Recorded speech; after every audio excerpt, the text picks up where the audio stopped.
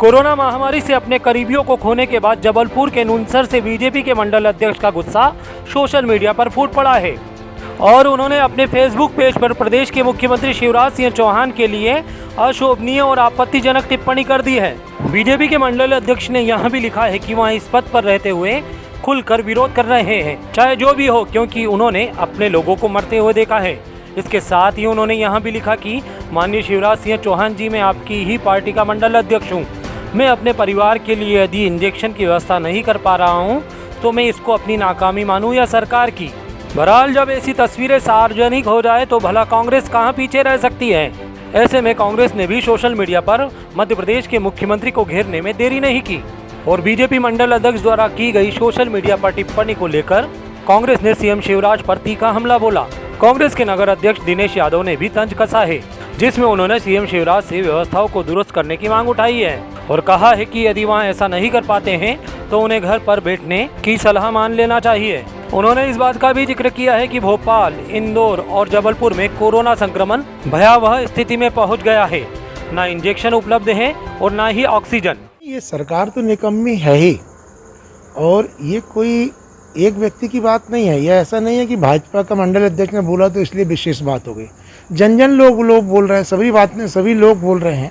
उसका एक कारण है कि सरकारी व्यवस्था जो होती है उसमें कोई ये तय नहीं होता कि ये किस वर्ग के लिए है या किस पार्टी के लिए, वो सबके लिए होता है। और वर्तमान में ये स्थिति है कि जो अव्यवस्था फैली है, जिसके कारण लोगों की मौतें हो रही हैं, हर गली आंगन में मौत तांडव मचा रही है, 1 साल से ऊपर होने को जा रहा है और अभी तक सरकार की कोई व्यवस्था नहीं रही है, कोई स्वास्थ्य सुविधाओं में इसमें सुधार नहीं हुआ, जबकि बातें बहुत बड़ी बड़ी भई। 20 लाख करोड़ रुपए का पता नहीं है। मैं प्रधानमंत्री केयर फंड में अरबों रुपए आया कंपनियों से, हमारे यहाँ के उद्योगपतियों से, उस बात का केयर फंड का पता नहीं है और आज सुविधाएं नहीं हैं, लोगों की जानें जा रही हैं, तो आदमी किसी सरकार को अच्छा कहेगा क्यों? वो तो आज मंडल अध्यक्ष ने बोला है, कल तो आप देखना, कल जिला अध्यक्ष बोलेंगे, परसों को यहाँ के प्रदेश अध्यक्ष बोलेंगे, क्योंकि मनुष्य तो वो भी है ना, मर तो उनके भी लोग रहे हैं ना, चाहे उनके परिचित के हों, चाहे उनके नाते रिश्तेदार हों, चाहे उनके पार्टी का कार्यकर्ता हो। क्योंकि ये तो अगर आप सुविधा नहीं दोगे तो वायरस थोड़ी जानता कि कौन भाजपा, कौन कांग्रेस, कौन किस दल का है, कौन हिंदू है, कौन मुसलमान है, कौन सिख है, कौन ईसाई है, गरीब है कि अमीर है।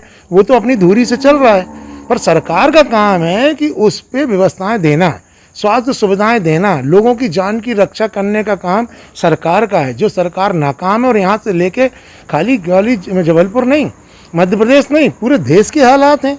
हम अच्छे भाषण कितने ही दे दें, पर जो अच्छी सुविधाएं नहीं देंगे तो हमारे ज़्यादा दिन अच्छे भाषण चलेंगे नहीं। यही वजह है कि उनकी ही पार्टी के सीनियर विधायक अजय बिश्नोई ने सीएम से जबलपुर में इन तमाम व्यवस्थाओं को सुधारने के लिए सेना के हाथों में कमान देने की बात कही है। कांग्रेस ने सरकार को घेरते हुए साफ कहा कि चंद नौकरशाह आपको डुबो देंगे और यही कारण है कि आज आपकी ही पार्टी के एक छोटे से पदाधिकारी ने जिन शब्दों का उपयोग आपके लिए किया है वह किसी राजनीतिक शब्दावली से निकला हुआ शब्द नहीं है, बल्कि उस पीड़ा और दर्द से निकला हुआ शब्द है जो हर किसी को सोचने पर मजबूर कर दे।